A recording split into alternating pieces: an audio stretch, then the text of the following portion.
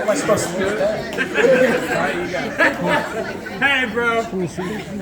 You're in and out. Sorry, if I knew I was allowed to tag my brother in, this would be a much better speech. Well, welcome everybody. It's my honor and privilege to be Joe's best man. First, I'd like to say, Lily, you look beautiful. And Joe's lucky to have you. For those of you who don't know me, although it appears half my high school is here, because they're all related to Joe. My name's Brendan Koehrs, and I met Joe in 8th grade at Scheetz. We immediately became friends because we had a lot in common. We each had 27 siblings who were at the same high school. Both of our fathers taught math. And Joe has red hair. And when I grow a beard, I get one right here.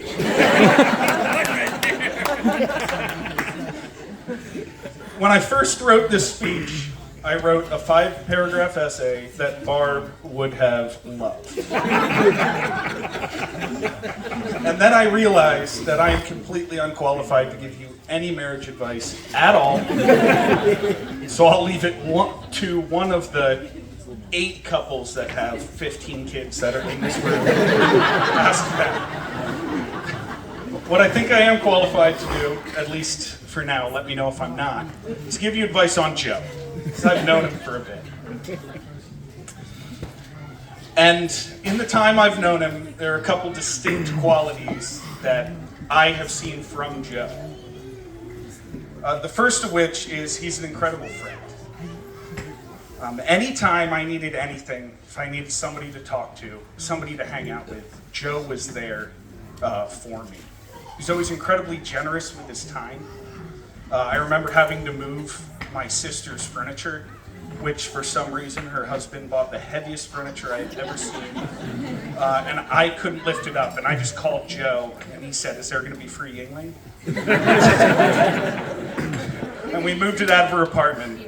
And then he showed up to move it 2 more times because he got free Yingling once. I remember having to drive my little brother to Pittsburgh. And I didn't want to drive all the way to Pittsburgh and back in the car alone. So I called Joe and I was like, "Hey Joe, what are you doing?" He was like, "I'm still in bed."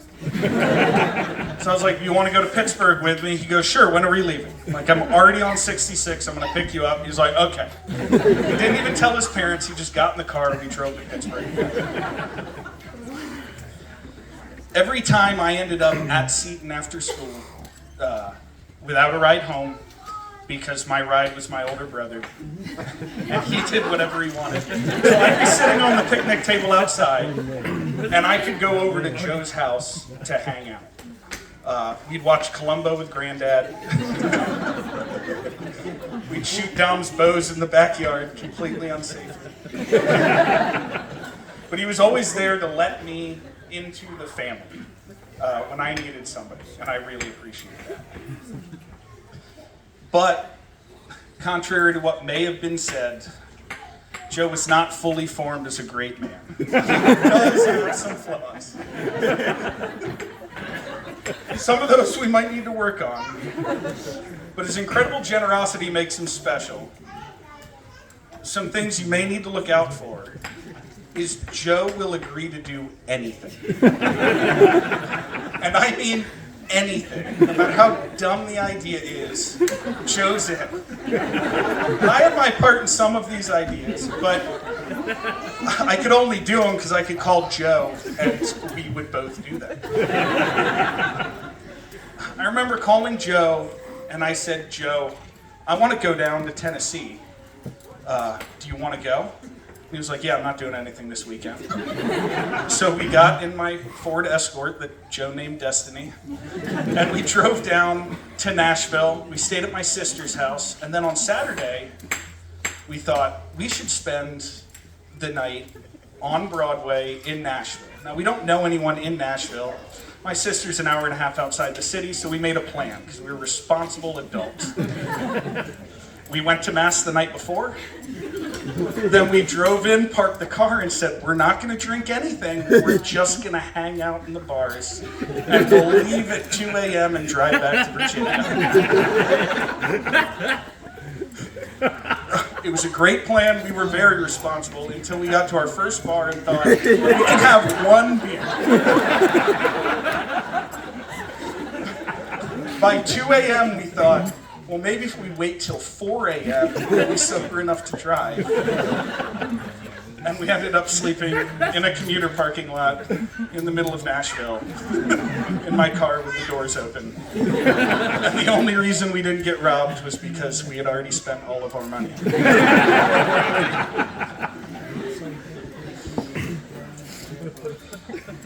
Now, Joe, some of the not smart things we do, Joe also brought his generosity too.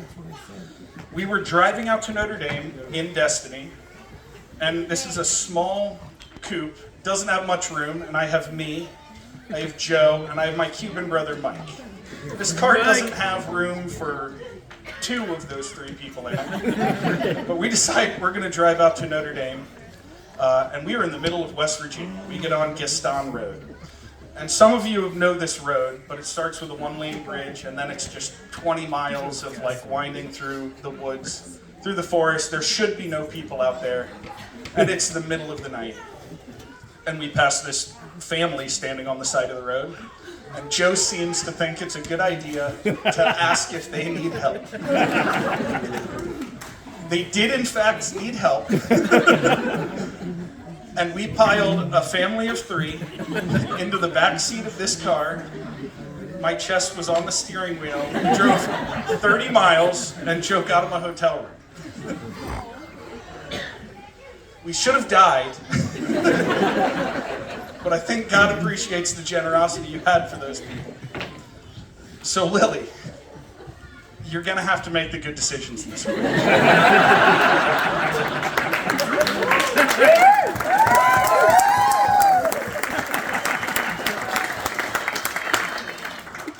Joe, like I've said previously, has always been the one to step up when one of his friends needs assistance with anything. Whether it's reminding me he's left-handed to impress our lacrosse coaches so that I could get a jersey in 8th grade, or pulling the guy from Southeast DC off of me at Mackey's because Joe picked a fight with him and he attacked me. He's always there when his friends need him. And I think today is no different than the past. You're a husband now, which is weird. But he will always be there when you need him. He's going to support you, he's going to protect you, and he's going to do anything you need him to do. Sometimes you're going to need to remind him to do things for himself, because he's completely and utterly selfless. Lily, you're marrying a man who not only loves you deeply, he's also someone who's always going to be there for you. And the only time I remember Joe not being there when I called him was last Thanksgiving. I'd been out of the country for almost a year, and I came home. We had Yingling, we had a bonfire. I thought, Joe is definitely going to be here. And I called Joe, and he didn't even pick up the phone. So either he's dead or in prison. Well, I found out the next week why he didn't pick up the phone. Because he was in New Hampshire. And I couldn't think of a single reason that Joe would go anywhere north of the Potomac if the government didn't make it. I've never seen him happier than when I was sitting in the living room of a house that should have been condemned 10 years ago with Joe, surrounded by knives and battle axes and the tribal spears, and I still don't know where they got all those things. And he reached under this couch that was probably from the 70s and pulled a wedding ring, an engagement ring, out from beneath it. thought, Joe, this is definitely a safe place for that. No one would suspect you had anything of value in this house.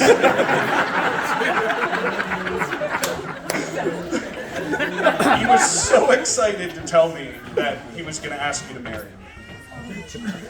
And after congratulating him, I told him Lily can't move into here.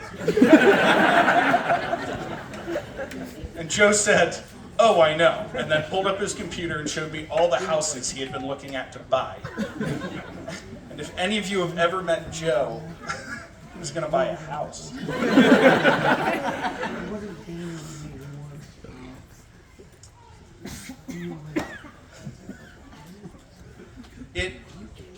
It was just incredible how happy that he was to share this with me. So he made a whole plan. He was going to propose. He had the date. He had where you were going. He had everything mapped out, and you didn't make it down that weekend. I called Joe, and he's like, "I guess I'm going to have to propose up there."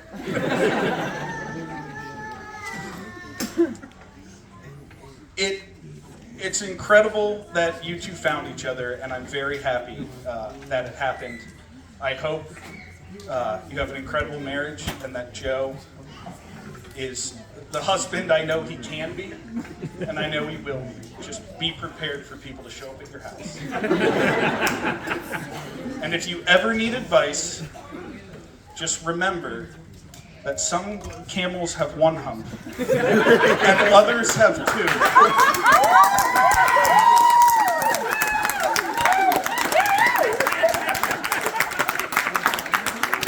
It's been 17 years since I saw that on Joe's bathroom mirror, and I still don't know what it means. So, at this point, I would like to offer a toast to my best friend Joe and his best friend Lily.